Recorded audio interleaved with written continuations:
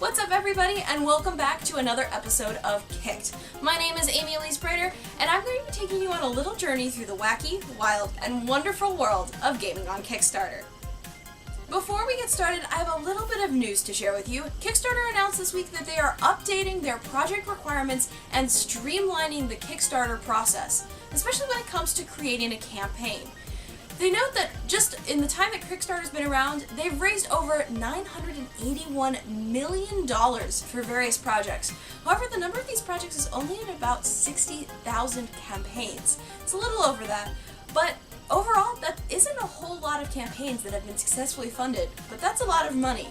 What Kickstarter thinks may be the problem is the fact that their rules may be slightly restrictive. So they've basically simplified the rules down to about 300 words, and they've taken out a lot of the requirements for what you can and cannot kickstart on the site.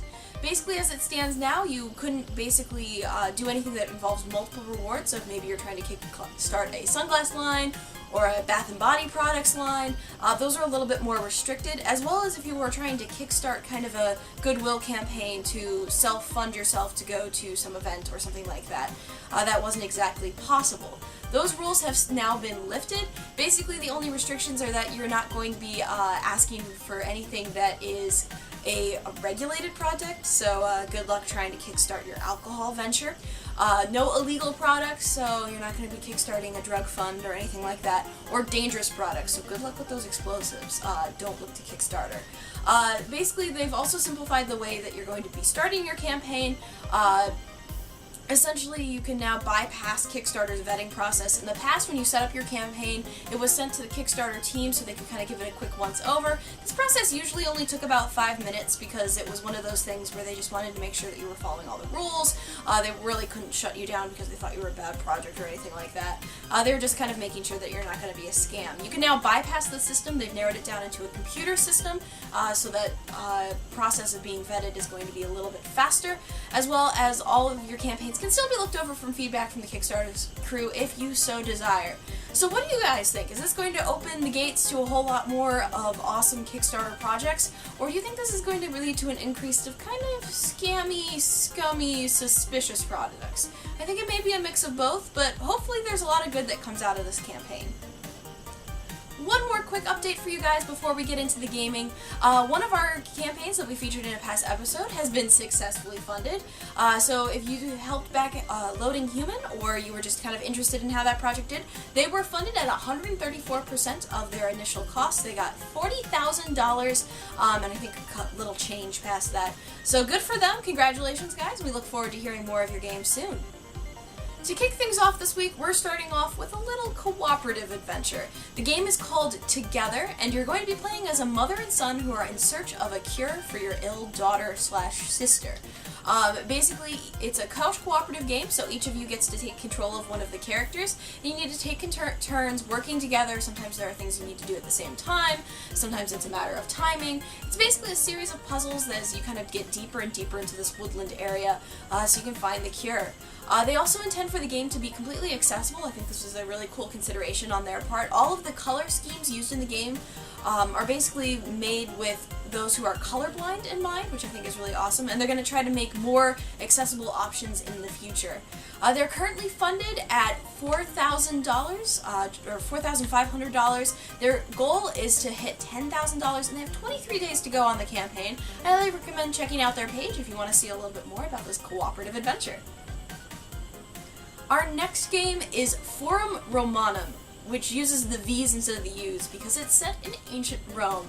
If you ever wanted to be in control of the Roman Empire, this game may give you a chance. The site describes itself as a MMORPG, turn-based, so I'm kind of thinking something along the lines of Civilization. They cite Rome Total War as one of their inspirations for this game.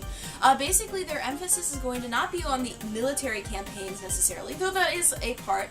They're also putting in a social, political, and economic systems as well. So you can kind of sabotage other players by trying to get under their skin, maybe accuse them of bribery, get them into a court situation. You can do that. You can always throw money at it. That's never a problem. You can help pass laws, make court decisions.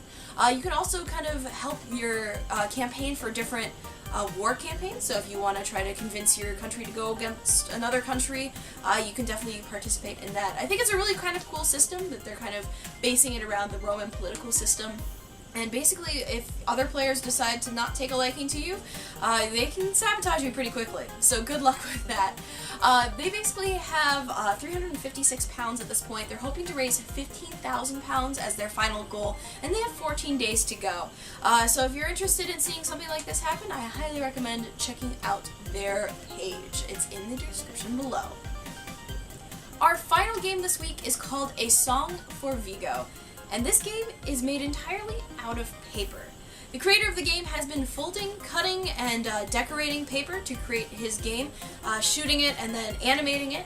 And basically it's a kicking it forward project, so if you remember from one of my earlier videos that these projects are offering to donate 10% of their profits to other projects, it's going to be dealing with depression, guilt, and loss. The story follows a father who has accidentally killed his son.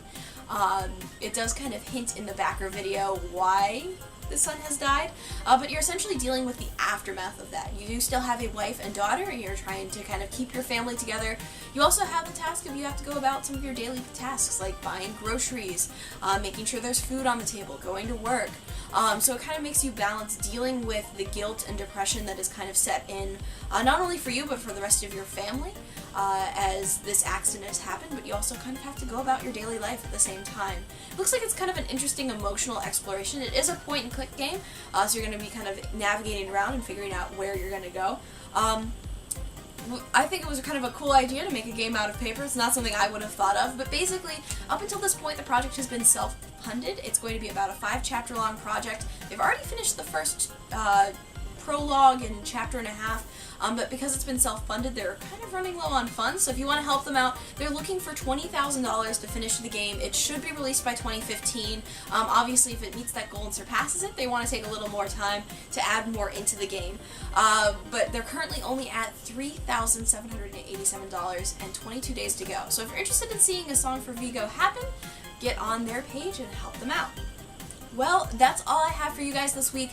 Thanks for watching. As always, you can follow me on Twitter at AEBrighter, and give my friends over at Invisible Gamer a follow on Twitter and Facebook as well. You can find all the links for that down below, as well as links to all the Kickstarter campaigns of the things we talked about this week. Thanks for watching, guys, and I'll see you next week on Kicked.